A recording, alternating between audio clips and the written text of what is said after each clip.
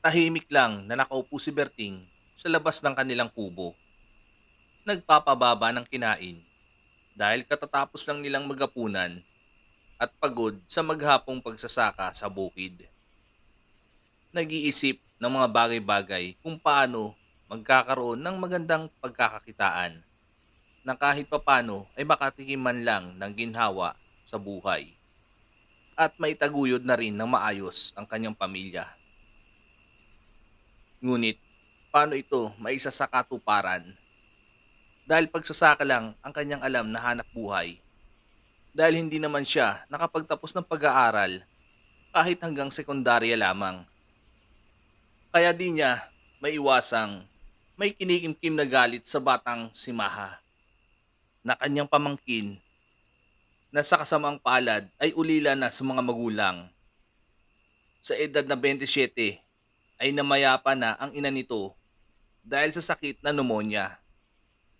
Ang ama naman ay isang irresponsable na kapatid ni Carding.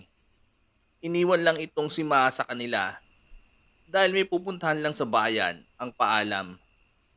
Ngunit lumipas ang mga araw, linggo at buwan ay hindi na ito bumalik dahil siya naman ang kanyang tiyuhin. Wala na siyang magawa kundi kupkupin na lamang si Maha.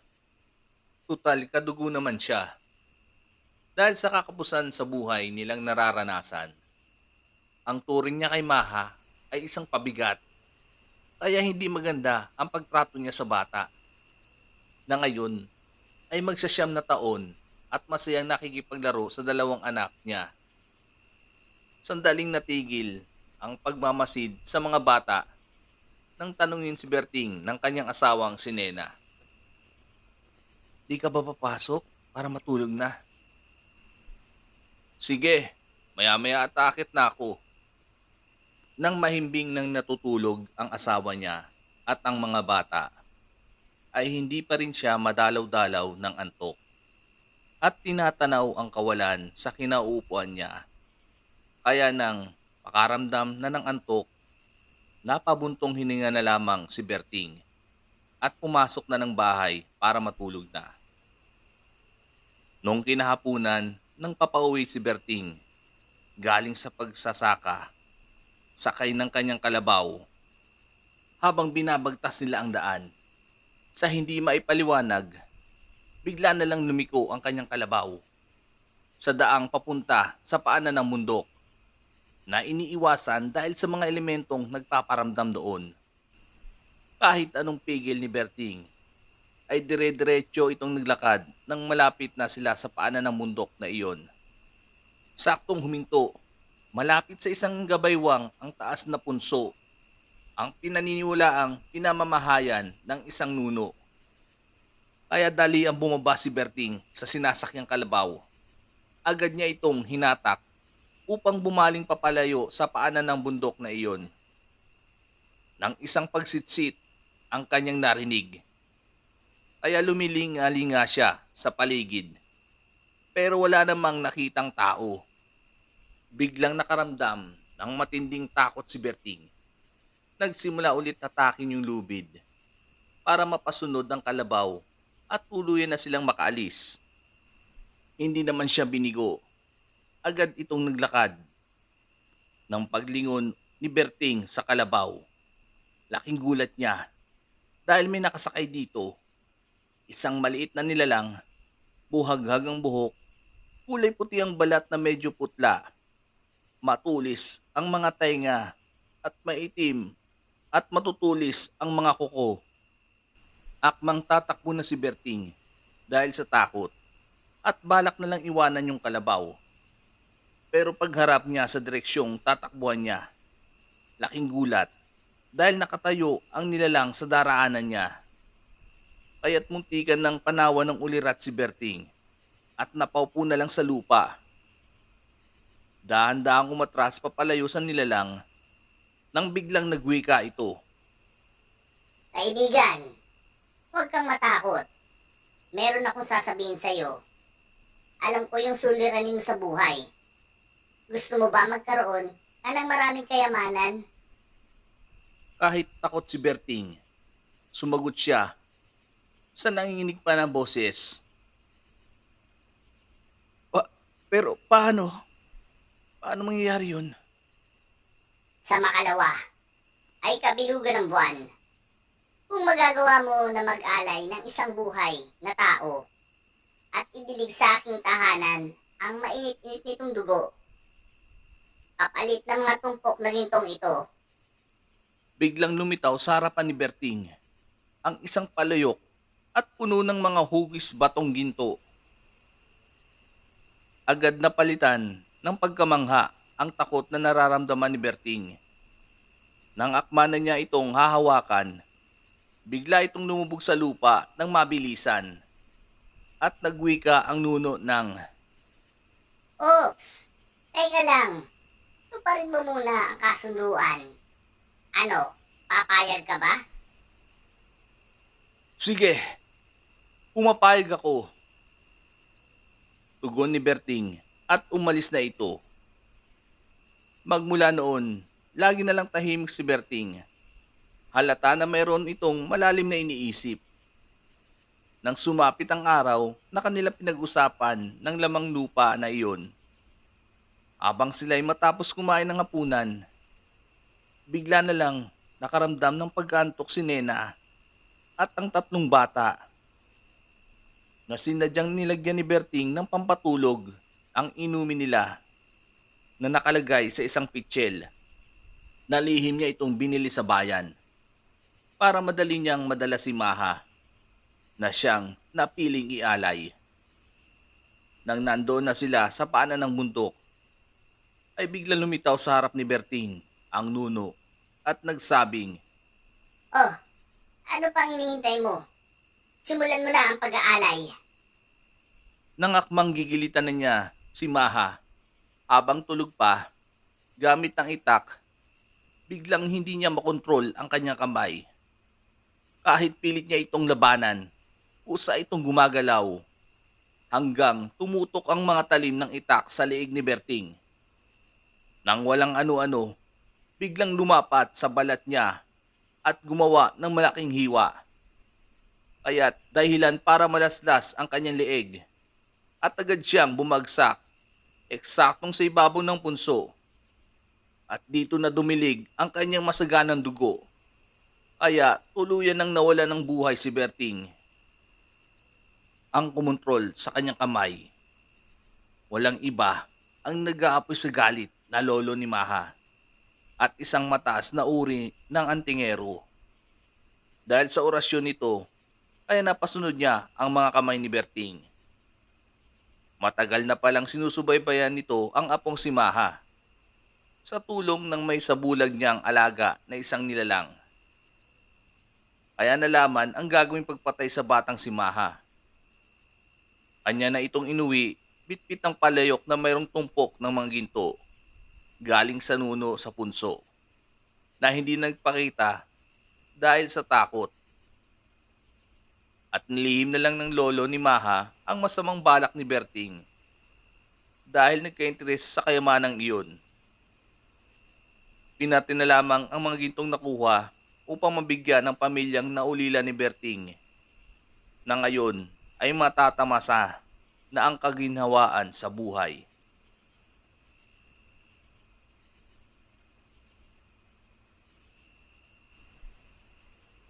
Araw ng linggo. Simula ng pagiging maluwag sa bawat mamamayan, kahit saang lugar sa Kalakang Maynila. Dahil sa nagkaroon ng malawakang pandemya, makaraan ang mga ilang buwan. At isa, si Ibana, na nagpapasalamat, lalo na sa may kapal, sapagkat pinayagan na ng pamahalaan na magmisa muli ang simbahang Katoliko dahil ikapitong kaarawan ng kanyang anak na babaeng si Annalisa. Balak niya itong isimba dahil sa habilin ng asawa na isang sundalong na destino sa parte ng Mindanao. Pagkat merong namumuong tensyon sa lalawigang, kaya nangailangan ng dagdag na hukbo ang pamahalaan. Kahit ayaw man ng kanyang asawa, ay napabilang siya doon. "Maligayang araw, anak," ang bati niya sa kanyang anak na kagigising pa lang. Salamat po, inay. Ang itay po ba? Darating kaya? Naku, anak. Nasa parte ng malayong probinsya ang iyong itay. Pero pangako niya, pagbalik, mamamasyal tayo kung saan mo man naisin. Ang naging tugon ni Ivana sa kanyang anak, napupungas-pungas pa ng dalawang mata dahil sa pagkakagising at naggayak na ang mag-ina patungo sa simbahan para mabutan ng unang misa. Nang matapos at pagkalabas nila sa simbahan, ay bumungad sa kanila ang isang payat at may edad na tindero ng lobo. Ang gaganda ng mga lobo, inay, at makukulay pa. Bilhin niyo po ko, inay. Sige na, please. Ang wika ni Annalisa sa kanyang inay. Sige na nga. Mama, pagbigyan mo nga ako niyang kulay pulang lobo. Ang tugon naman ni Ivana. Kaya abot ang kagalakan ni Annalisa habang pinagmamasdan ng lobo na itinali ni Ivana sa kanyang palapulsuan. Habang naglalakad ang mag-ina patungo sa pangmasang fast food upang doon na lang idaos ang kaarawan ni Annalisa. May nadaanan silang mag-inang mga palaboy. Ang nanay ay nakatingin lang sa kawalan habang ang anak niyang paslit na bata ay nakasalampak lang sa bangketa. Halata sa mga ito na tila hirap na hirap sa buhay dahil sa suliraning nararanasan. Nang makadaan sila Ivana, ay biglang namangha ang batang pastit sa pulang lobo na tila siya naaakit. Kaya dali-dali niya itong tinakbo at nahablot ang kamay ni Annalisa na kung saan nakatali ang pulang lobo. Ang ganda! Pahiraw naman ng iyong lobo. Kaya biglang nagulat ang mag-ina at di sinasadyang na itulak ni Ivana ang bata sa gilid ng bangketa. Hindi man niya intensyong saktan, kaya dahilan ito upang umatungan ng iyak ng batang paslit. At dumiretso ng tumawid ang mag-ina sa kalsada at pinagsawalang bahala na lang ni Ivana kung ano man ang nagawa na hindi naman niya sinasadya. Pero habang papalayo sila, ang batang pastit ay tumayo sa pagkakasalampak at agad silang hinabol patawid sa kalsada na maraming sasakyang humaharurot. Dahil di talaga napukaw ang atensyon nito sa pulang lobo, kaya bigla na lang itong tumalapon sa kalsada. Dahil sa nabundol ito nang rumaragas ang sasakyan, tanging sigaw na lang ng ina ng batang ito ang umalingaw-ngaw sa buong kalsada at napayak na lang ng ubod ng lakas. Dahil kitang-kita nito ang anak niyang wala ng buhay at lasug-lasug ang katawan. Nang makauwi sa inuupahan sila Ivana, maaging namahinga dahil sa pagod ng maghapong pamamasyal.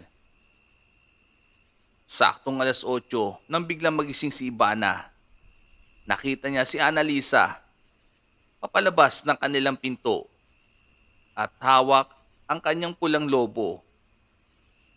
Kaya nang tinawag niya ito ay di siya nakuhang pansinin. At dali ang tumakbo ng hagdan patungo sa ikatlong palapag. Hindi na inalintana kung madilim ang tinatakbuhan, kaya agad itong hinabol ni Ivana. Na makakyat sa ikatlong palapag na pinakabubong ng kanilang inuupahan. Dire-diretsyong tumatakbo pa rin si Annalisa patungo sa gilid ng palapag na iyon at akmang tatalon na. Kaya nang siya'y abutan ng kanyang inay, hinatak sa kanang kamay si Annalisa kung saan nandoon nakaipit sa mga daliri nito ang pulang lobo. At nang humarpito kay Ivana, laking gulat nito at nilokoban ng matinding panghihilakbot ang kanyang buong pagkatao. Dahil hindi si Annalisa ang nasa harapan niya ngayon, bagkus yung kaluluwa ng batang nabundol at papailalim ang titig nito sa kanya na punong-puno ng mapupulang likido ang paligid ng mukha nito at katawan na nanggaling sa nabiyak nitong bungo. Walang nagawa si Ivana kundi lumakad papatras kaya't daan-daan ding lumalapit ang agresibong kaluluwa na nagsasabi ng paulit-ulit. Magbabayad ka. Magbabayad ka. Nang akma ng tatakbo upang makabalik sa hagdanan upang makababa. Laking gulat niya dahil mabilis itong nakalipat sa harap niya at ganito pa rin ang sinasabi.